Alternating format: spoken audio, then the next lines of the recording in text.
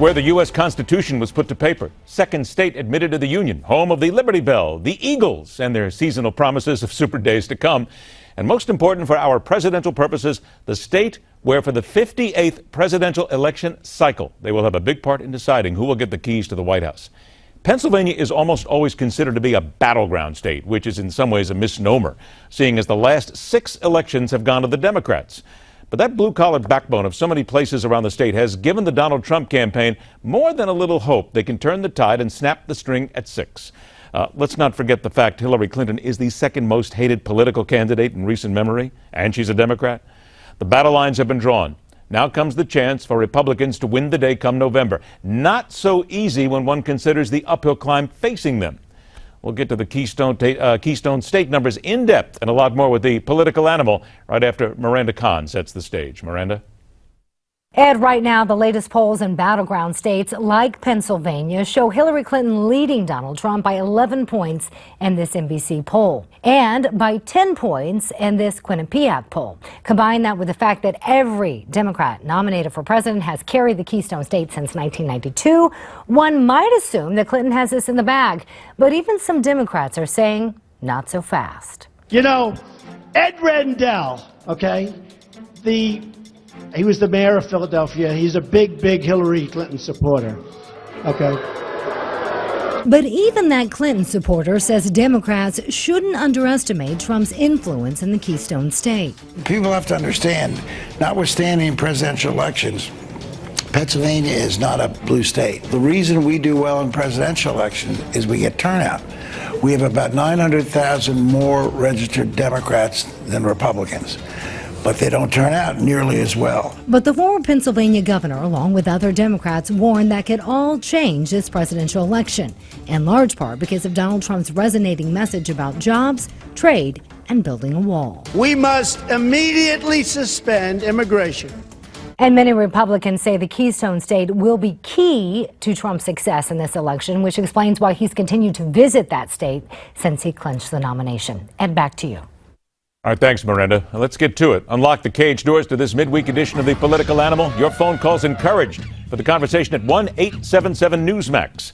Welcome back. Senior contributor at the Federalist, D.C. McAllister, joined by the national political reporter at the Pittsburgh Tribune Review, meaning she is likely one who does gloat when the Eagles falter yet again. Steelers country, you understand. Believe me, I know them very well. Salena Zito joins us. All right, ladies, let's get to it. Salena, I'm going to start with you here, seeing as you're the newbie here to the group and from Pennsylvania. These polls are all coming up Hillary Clinton. You look at the latest NBC Wall Street Journal Marist poll, she has a monstrous lead on Donald Trump.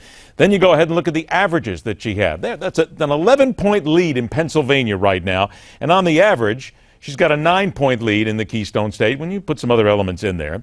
She's got the swing states of Florida, Ohio, and North Carolina. Okay, I'm going to talk about Pennsylvania with you right here off the top. Why do we call this a battleground state when, quite frankly, it looks as if the Democrats have owned this state for pretty much most of my lifetime? First of all, thanks for having me on. We call, Pennsylvania is an interesting state, right? When it comes to presidential elections, yes, for 5 or 6 elections in a row, the Democrats have owned it. But if you look down ballot, the state is ruby red. You've got 13 of the 18 congressional seats are held by Republicans. Historically, large numbers in the state chambers, both the House and Senate, are held by Republicans. And there's one of the 2 U.S. senators are Republican. So that's why it's sort of quirky. One of the things that I have been monitoring in the state is that the state has become 0.4% more Republican in the past 4 years since 1996. So if you look at a map of the state in 96, when Clinton won, he won 28 of the 67 counties. If you look in 2012, Obama won 11 of the 67 counties, and 2 of them he won by under 50 votes. So the state is trending more Republican. If you would have asked me 2 weeks ago if Trump could win this state, I said it would be. I would have told you it would be highly likely.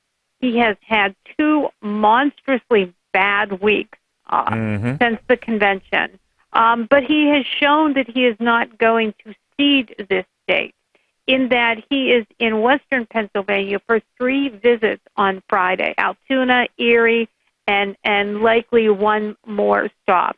And he's also spending a lot of his time in eastern Ohio and Ohio. Okay, he's making the effort there, which is good. I want to also get to something else, and you alluded to this a little bit, which is the bad 2 weeks he's had. Hey, D.C., 11 staffers have left the Republican National Committee since March. Some of them are saying they don't want to have Donald Trump on their resume at this point. They want to get out from underneath him.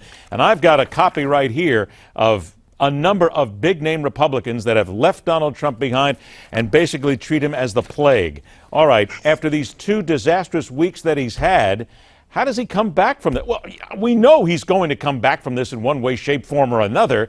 But, I mean, this has got to end sooner or later, D.C. You can't keep breaking your arm and keep having it fixed in 24 hours. No, I agree. I mean, he has a lot to do, and the responsibility is on him. I mean, he's made these blunders. He needs to fix that. But I also think these people who are jumping ship are in error. They're basically adding to the chance of Hillary Clinton getting elected, and they need to own the responsibility of that.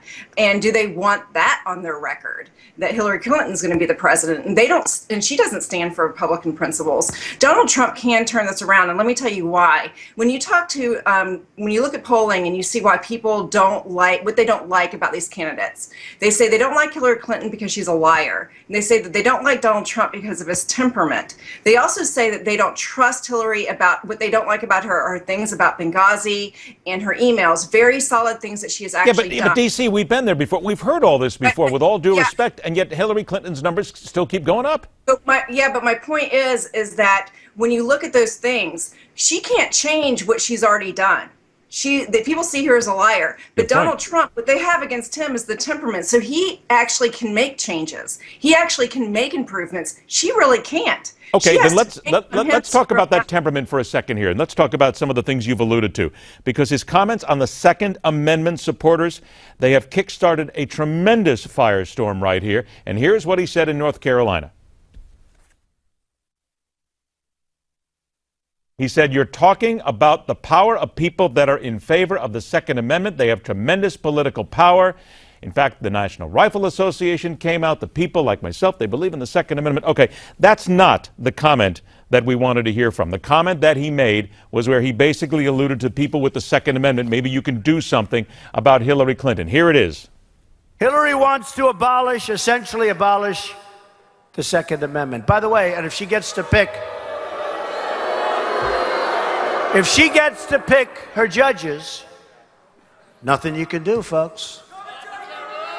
Although the Second Amendment people, maybe there is, I don't know. But I'll tell you what, that will be a horrible day.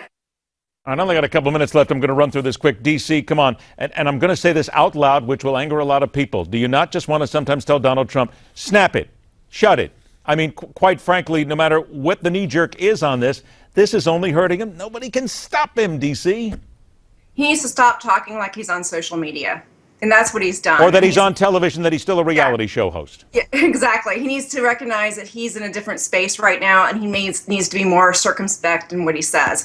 And he needs to do that moving forward because, like I said, he can make the advance. He can take advantage of this because people are concerned about his temperament. He can change that. She cannot change the fact that people see her as a liar because she has been a liar. She can't change that, but he can change. Let's get right to that, if you will. I want to get to that. I only got a minute left. Salena, then, from the people of Pennsylvania, how do they then basically decide who they're going to vote for then when Hillary Clinton's a liar and Donald Trump is making statements like this? What's the thinking in Pennsylvania? I would argue that the race is probably, if not much more closer than the polls indicate, will become closer because there is a large amount of dissatisfaction, which we've been talking about throughout the past year with voters for the status quo. What I would do in Pennsylvania is keep your eye on 10 counties that are going to basically make or break it for Trump in this state. They would be Bucks, Washington, Westmoreland, Cambria, Lancaster, Dauphin, and York County.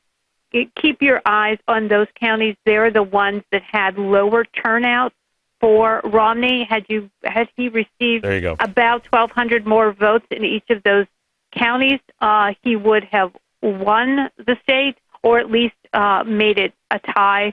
And these are the perfect, also Luzerne and Lackawanna. These are the perfect counties that have the voters that can make the difference in this. And I know Pennsylvania very well. I know exactly the counties you're talking about. You are exactly right. We are exactly out of time, unfortunately. Salena Zito, we're going to have you on back again. Thanks so much for joining us. D.C. McAllister, always a pleasure. We'll talk to you real soon. Hey, before we leave, let's see if we can get a real quick live shot from New York City where there's a guy using suction cups and ropes. He is climbing up the side of Trump Tower.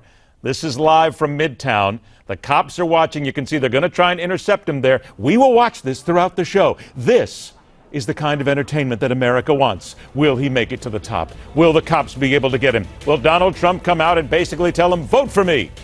All those things and more. Dick Morris is going to join us next. Stay with us right here on The Hard Line.